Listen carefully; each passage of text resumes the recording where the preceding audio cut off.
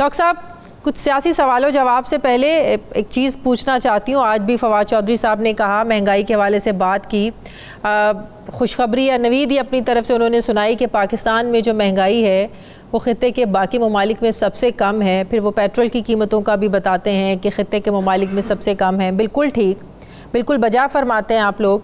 लेकिन जब हम ये बात करते हैं कि आप ये कंपैरिजन करें कि ख़ित्ते के जो बाकी ममालिक हैं वहाँ पर कैपिटल इनकम है क्या, और फिर पाकिस्तान में आप देखें यहाँ पर कैपिटल इनकम जिसे हम फीकस आमदनी बोलते हैं वो क्या है, तो सर महंगाई का अंदाज़ा तो फिर इंसान को तभी होता है ना कि आपकी जेब में पैसे कितने हैं और चीज़ की कीमत कितनी है। तो आपको नहीं लगता, अब माहिर मुआशियात भी बहुत ये बात करते हैं कि शायद प्राइम मिनिस्टर को गलत गाइड करने की जो है ना वो कोशिश की जाती है, उन्हें गलत बताया जाता है। हकीकत ये है कि यहाँ के लोगों की फीकस आमदनी बाकी ममालिक के जो लोग हैं इस खित्ते के बहुत कम है उससे।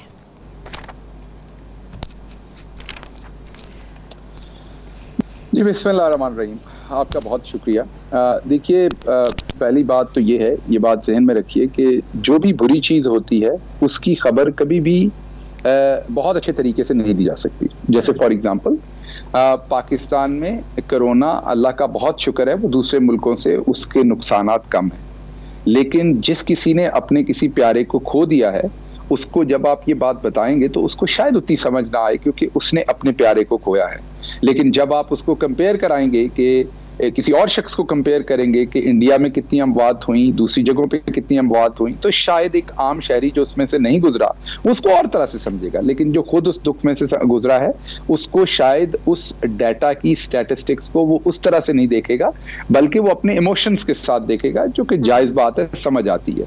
इसी तरीके से जब आप गुर्बत की बात करते हैं या जब आप इन्फ्लेशन की बात करते हैं, तो एक गरीब आदमी जिसके लिए जिंदगी मुश्किल हुई इस आफत की वजह से, एक तो मुश्किल हुई सबसे पहले पूरी दुनिया में, अगर आप देखें मसलन पेट्रोलियम प्रोडक्ट्स पूरी दुनिया में 47% उनका इजाफा हुआ, पाकिस्तान में 11% हुआ।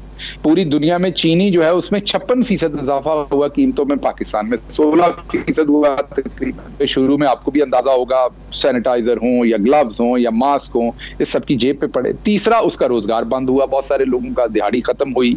चौथा, उसको घर के अंदर जब रहना पड़ा तो उसके अखराजात इस वजह से फूड के, दूसरी चीजों के बढ़ गए। तो इन तमाम चीजों ने मिल मिला के उसके अखराजात बढ़ा दिए, उसकी आमदन कम कर दी है। मैं पूरी दुनिया की बात कर रहा हूँ। पाकिस्तान इसमें थोड़ा सा इसलिए बचा कि हमने लॉकडाउन उस तरीके से नहीं किया। वो क्यों किया वो आप सबको पता है कि प्राइम मिनिस्टर इमरान खान ने रेजिस्ट किया।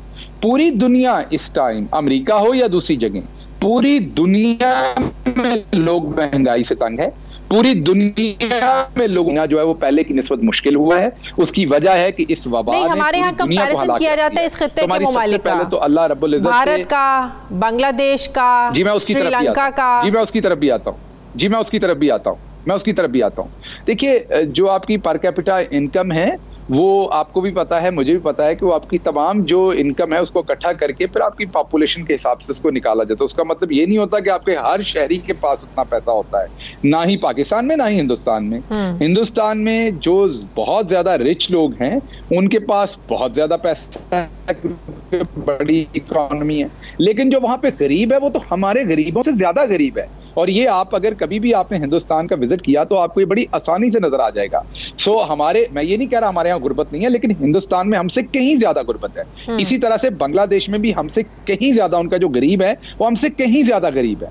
जो पर कैपिटा आप इनकम कह रहे हैं वो इसलिए कि जब उनकी एक्सपोर्टर्स, उनके जो बड़े बड़े बिलियनर्स हैं, उन सबका पैसा डाल दिया जाता है और फिर उसे अब पॉपुलेशन पे डिवाइड किया जाता है, तो आपकी वो इनकम निकल आती है हर इंसान की। But that is not a true depiction of a wealth which a poor person having in India और बांग्लादेश।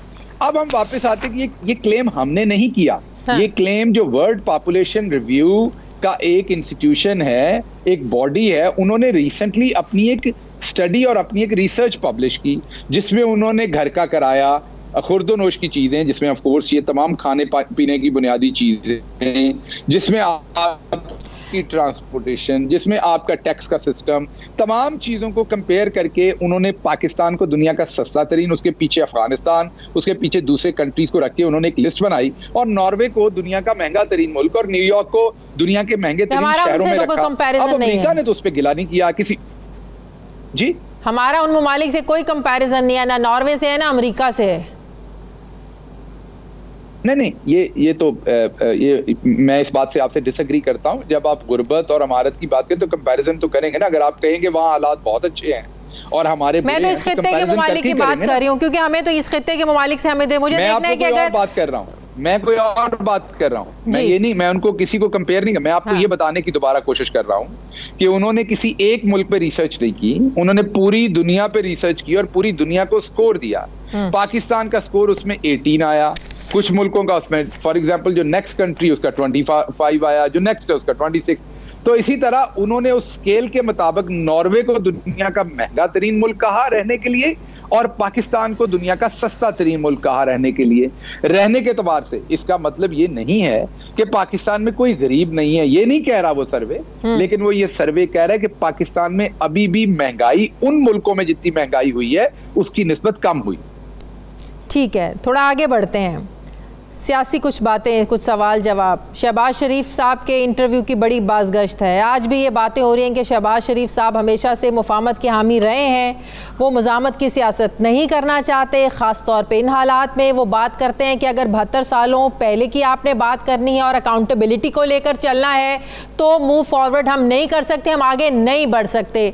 तो एक तरफ से इशारा ये मिल रहा है कि शहबाज शरीफ साहब ये चाह रहे हैं कि जो अकाउंटेबिलिटी का प्रोसेस है, जो एहतसाब का प्रोसेस चल रहा है, जो केसेस चल रहे हैं, उनको ख़त्म कर दिया जाए तो बातचीत हो सकती है।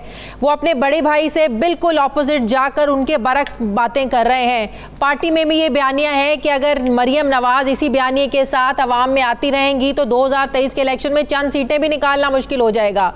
हुकूमत कुछ सोच रही है कि शहबाज शरीफ साहब जिस मुज़ाकरात की या पेशकश जो वो कर रहे हैं, बात करें, उनके साथ बैठें? शायद देखिए, दो बातें हैं।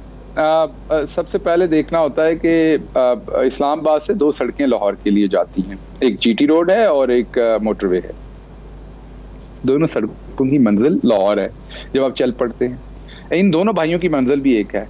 दोनों भाइयों का तरीका ये है कि हमने किसी ना किसी तरह से लूट मार का पैसा बचाना है। उसने भी कहा था मेरी लंदन तो क्या पाकिस्तान में कोई प्रॉपर्टी नहीं, और अब वो मफरूर हो कि उन्हीं प्रॉपर्टीज में बैठे हुए हैं। ये साहब कहते हैं कि मेरे अपने अकाउंट में, मेरी जौजा के अकाउंट में, मेरे बेटों के अकाउंट में, हमारे ड्राइवर के अकाउंट में कौन सी फुफ्फो हैं जो पैसे जमा करा जाती हैं अरबों रुपया, ये हमें नहीं पता, क्योंकि हम बहुत मसरूफ थे इसलिए हमें नहीं पता हमारे अकाउंट में कौन अरबों रुपये जमा करा जाते हैं। दोनों असल में फाइनेंशियली करप्ट हैं और दोनों का नजरिया एक है और वो है अपनी करप्शन बचाना। अब आगे सड़कें 2 डिफरेंट होती हैं। नवाज शरीफ जो हैं और उनकी बेटी वो गाली गलोच करके प्रेशर डाल के अब वो लेना चाहती हैं, क्योंकि उनको पता है कि इस पूरे मुल्क का जो स्टेट का स्ट्रक्चर है, हमारी पाकिस्तान स्टेट का जो स्ट्रक्चर बन गया हुआ है, अवाम समेत, ब्यूरोक्रेसी हो या आपकी कोई भी पॉलिटिशियन हो, कोई वॉक ऑफ लाइफ हो, तो मॉरल फाइबर इतना घिर गया है कि जब हम सारों को कहेंगे कि भाईजान असी कल्ले करप्ट नहीं, तुसी सारे भी हो, ये सारा ही ऐसे है, तो जब हम ये नारा मारेंगे तो ज्यादातर लोगों को समझ आएगी। क्योंकि ज्यादातर लोग पाकिस्तान में, मैं गरीब आदमी की बात नहीं कर रहा, आम आदमी जो घर में बैठा उसकी बात नहीं कर रहा, मैं वो लोग जो किसी न किसी जगह पर ताकत में बैठे हैं, वो भले ग्रेड 17 का कोई ऑफिसर है और भले सब आलाकार बने हैं। जी, मैं यही बताने लगा आपको। वो ये चाहते हैं कि वो ये कहते हैं कि तमाम लोग अपने इर्द गिर्द अपने घर में पड़ा फर्नीचर, अपने हाथों में पकड़े हुए मोबाइल फोन, अपने बाहर खड़ी गाड़ी, अपने तन पे पहना हुआ कपड़ा देखें तो ज्यादातर ये जो पावर हाउसेस के लोग हैं ये उसका हिसाब नहीं दे सकते, कोई भी अपने लाइफस्टाइल का हिसाब नहीं दे सकते, बैंक बैलेंस को तो छोड़ दें। तो वो नवाज शरीफ कहने की कोशिश ये करता है कि तुम सबने चोरी की है, मैंने चलो थोड़ी ज्यादा की है, तो वो गालियां निकालते हैं बाप बेटी, उनका ये तरीका है। शहबाज शरीफ की जो फिलॉसफी है वो डिफरेंट है। वो कहते हैं कि पहले रज के लूट लिया, अब जरा मिन्नत तरला कर लेते हैं, पाँव पढ़ लेते हैं, पाँव पढ़ने से तरस आ जाता है। मैं आपको अपना जाती मुशाहिदा बताता हूँ कि कोई पॉलिटिशियन कितना निकम्मा हो, मैं आपकी बात नहीं कर रहा, अपने पे नहीं लीजिएगा, कोई पॉलिटिशियन कितना निकम्मा हो, जी, कोई पॉलिटिशियन कितना निकम्मा हो या करप्ट हो, अगर वो हमारे बहुत सारे जर्नलिस्ट भाइयों को झुक के मिलता है ना, घुटनों को हाथ लगा के, ये मेरा जाती मुशाहिदा है, मैं आपकी बात नहीं कर रहा, मैं पहले भी मैंने दोहराया, तो वो उसके पास साथ बड़ा नरमी का बर्ताव करते हैं। वो जाती महफिलों में बैठे कहते हैं यार वो इंसान बड़ा अच्छा है, चलते आपने मुझे ईद के ऊपर केक भेजा था, आपने मुझे खजूरें भी भेजी थी, आपने मुझे आम भेजे थे, ये सब कुछ हमारी सोसाइटी में चलता है। अब शहबाज शरीफ इसको टर्न ऑन कर रहे हैं और वो झुक के काम करने की कोशिश कर रहे हैं। नवाज शरीफ गाली गलौज के बयानिए पे है। दोनों का काम नहीं चलना, क्योंकि दरमियान में खड़ा है डट के इमरान खान। वो ना ही खुद करप्ट हैं और बाकी सारी दुनिया उनको कहे कि नंगे हम, तो वो कहेंगे जो जो नंगा उसको सजा दे दें।